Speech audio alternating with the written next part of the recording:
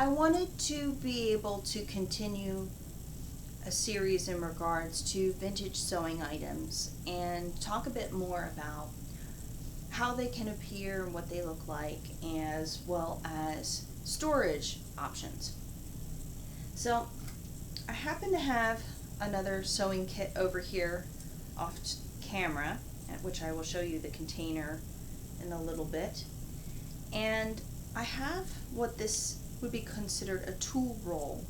Some of this is a little longer than what the roll is, but I wanted to show some items that I had found that were made out of natural materials, and a large majority of these actually tend to be crochet hooks, believe it or not, that are made of bone.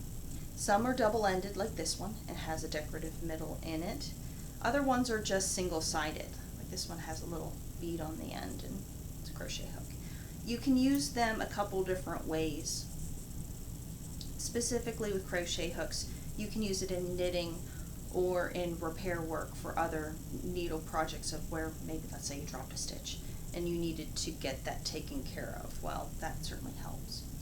Also, cord making items, like I have this lucette here. This is made of horn, as well as I have one that's made of bone.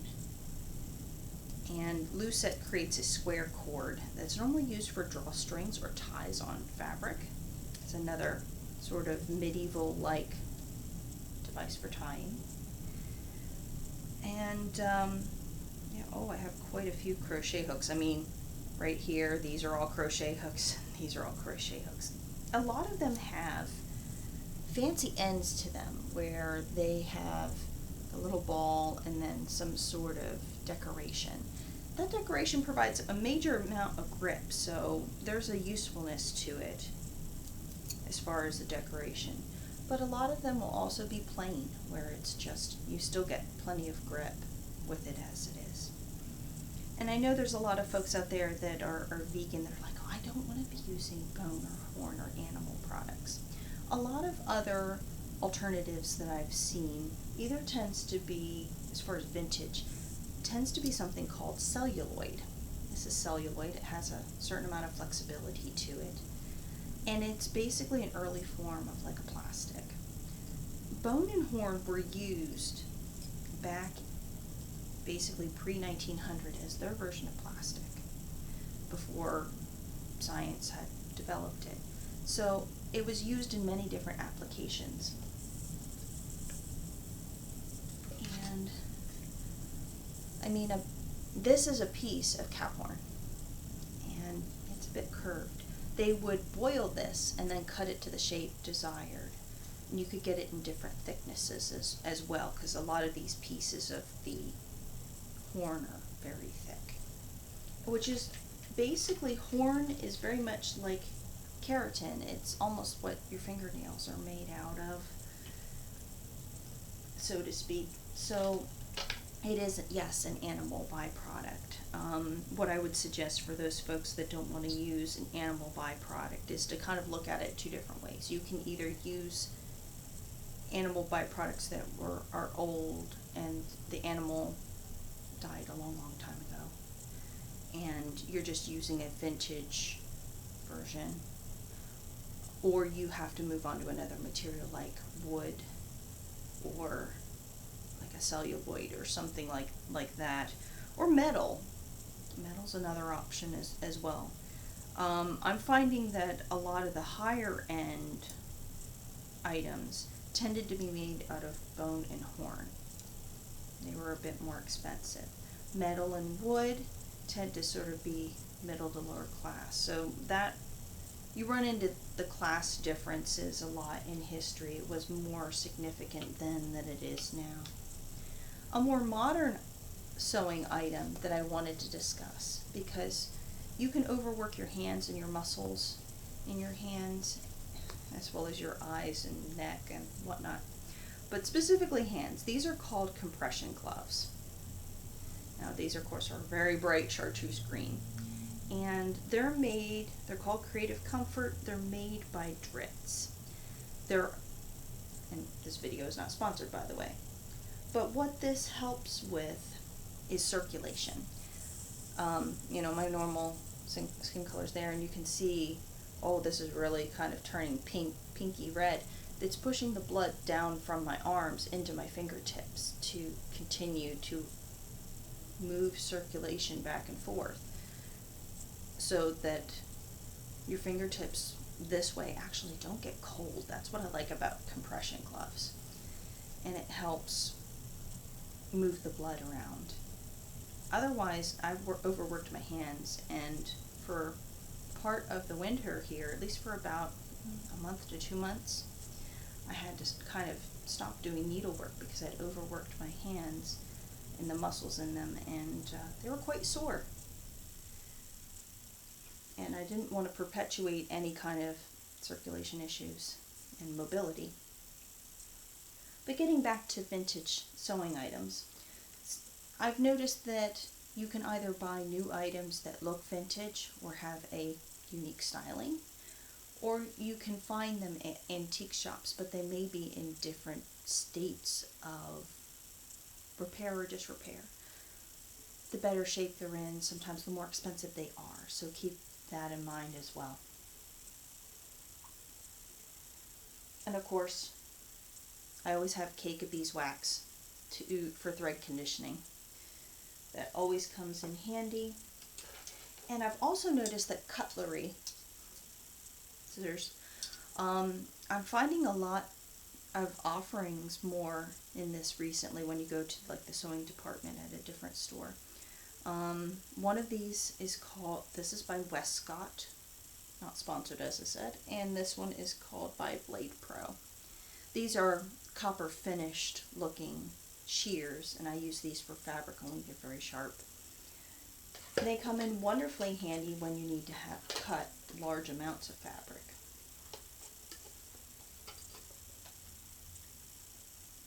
One of the items that I received that makes a great gift is a needle book.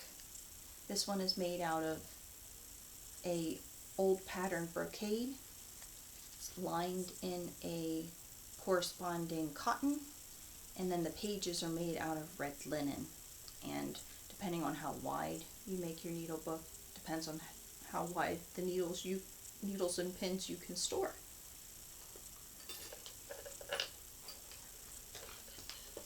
One of the other items I've run into that is a older use item but still is used today is called it's a creasing tool. They use this a lot in quilting with the tiny little pieces that they make. And I found that there's sort of older versions made out of bone and horn. I have a couple of these stored in a handmade little item. And creasing tools are great, of course, obviously to make creases in fabric, but also I found that they're wonderfully great for when you're turning your fabric and need to get a corner or an edge. These are great for stuff like that. These I found out of bone and horn, but they do make them out of wood too.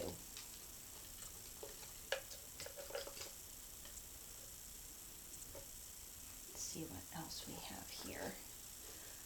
And sometimes you run into a vintage item that wasn't designed for sewing but sometimes has its use.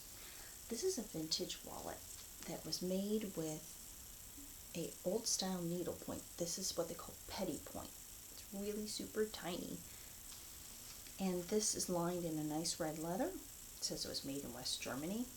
I keep people's business cards that when I buy something and they send their business card in there and I do want to buy from them in the future, it goes right in here so I don't lose it.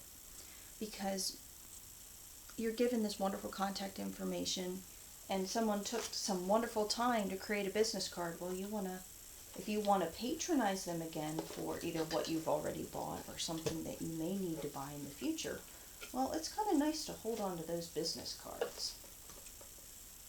These I created from some vintage silk. This is just a little keep, and I have all of my Gutermann silk colors in here. I use this for both embroidery and sewing, depending on how fine work I want to do, and it's lined. lined in linen, and then I have an edge in grosgrain ribbon. And these are these are mother of pearl actually, purse ends. I wanted to create a unique way of storing my threads. So sometimes you can take something that has a flare and make it into something really neat. This little bag. I also did that for I took this is vintage silk from the silk mills in my local area from the 40s and 50s. It's got a little bit of a pattern. And then I have silk ribbon as well, and a mother of pearl quatrefoil, because I'm keeping with a theme with mother of pearl. And I have like a horn thimble in there, as well as like a magnifier, a little quatrefoil on my pin cushion. You can find ways that even if it isn't vintage, you can make it look vintage too, with just a little accent.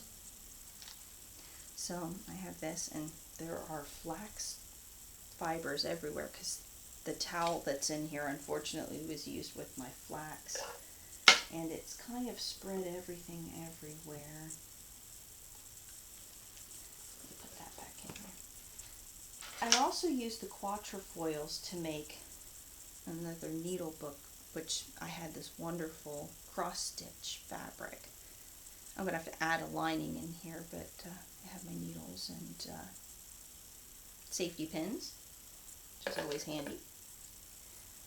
And then I took more quatrefoils and made a thread keep for embroidery threads, things that would be bigger than the Gutermann silk that I already have in here. But let me show you what this looks like. So, this is a cotton woven towel that I got at a reenactment. You could use any kind of towel or fabric that you might have around the house. The reason I have this in here is I don't want any of the scissors, the points of the scissors or points of anything else to be rubbing against the wood of the box. So I used this. I put the closer top end here, and then go ahead and set and organized everything. So I have my needles and pins right here. I have a couple of my needle books right here.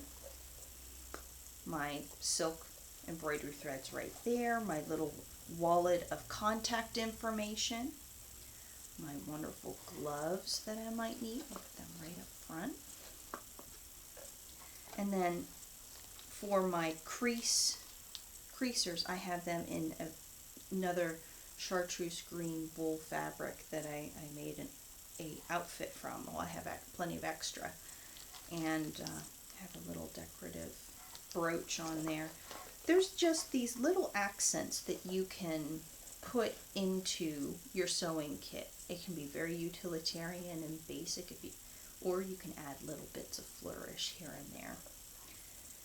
And then I have my roll of my bone. My scissors are on the bottom because, well, that's probably the safest place for them. And sometimes you do run into a loose needle or pin, so this is some of the reason why I have this in a chest, is I want to keep my animals away from my sewing items for their own safety. So basically organize everything in there, and I try not to have anything go over the top edge of it, because it's going to run into the top of the chest and you don't want that being all scratched up. So I just flip this over, tuck it in. This chest I bought at Joann's, but you can buy these at a couple different places. As I said, yet again, this is not sponsored. But these can be purchased at just about any arts and crafts store. What I did is this came unfinished, so I added I ended up doing a little wood burning to create texture on the edges and on the face of the wood, so it has an aged look to it. Then I stained it from there, and then put a small bit of clear coat on the outside. And I did the bottom too. This is a mobile sewing kit, a rather large mobile sewing kit. I've seen sewing kits be just a small, tiny little bag with the minor essentials. This one has a lot more items in there to do a few more things than just sewing, but embroidery and lace making and things like that. So I guess this would be one of those kind of situations that you have to assess what you need and then make your kit and go from there. Mobile sewing kits are always a useful thing. Most of the time I find them doing finishing work, and that has to be done by hand in order to get it to lay the way I want it. You can certainly do it by machine, but you're not going to have as much of an easy time taking that with you on a plane. I'm sure TSA and would not be fond of you bringing your sewing machine unless it was going down below, and you're not going to be sewing on the plane unless you have your handy dandy little sewing kit with you. But check all the rules on that first anyway, because those change time to time. Now this one, you notice that there was no noise. That's because everything has its place. You don't have things flying around and banging up against the edge of the container. These feet did not come on this particular item. This was just a flat bottom. These are knobs that you would use for a little, like a pull knob on a drawer. Well, I bought 4 of these and made little feet. If I was worried about these scratching a surface, I'd put a tiny little, you can buy little felt round items for the bottoms of various accessories and things. You can get those at your local hardware store or home improvement place. I can always add those later, but little felt round, so if I put this on a shelf that it's not going to scratch it. And you don't want these to get scratched up either, especially since I took the time to stain them. But the best part is that it functions like a little suitcase. So I mean, I can take this around wherever I want, and I've got my kit with me. So maybe a good thing to think about is assess what you need to complete a project. I also keep project bags where I'll have all of the items that I need to complete that project in a project bag. Do be careful with some of those, because some of your heavier items might be a bit more difficult with them. But if you just need a sewing kit and you bring some supplies with you, well, I know I can just grab this, grab what other supplies I need, put it in the car, and go to an event, and I've got what I need to do for the day. If you have any questions about vintage sewing items, about the SCA medieval events that I do, or other questions about my videos, please post them down in the comments. I'm happy to answer any questions that you have. And I hope this kind of gives you an idea of a unique to you mobile sewing kit. I'll be posting another video soon in regards to a new to me sewing machine that I had gotten just after the new year. So I'll of course be answering any questions about that. So there is more fun to come here on Tutorosities. So please consider subscribing. Thank you for watching, and have a good day.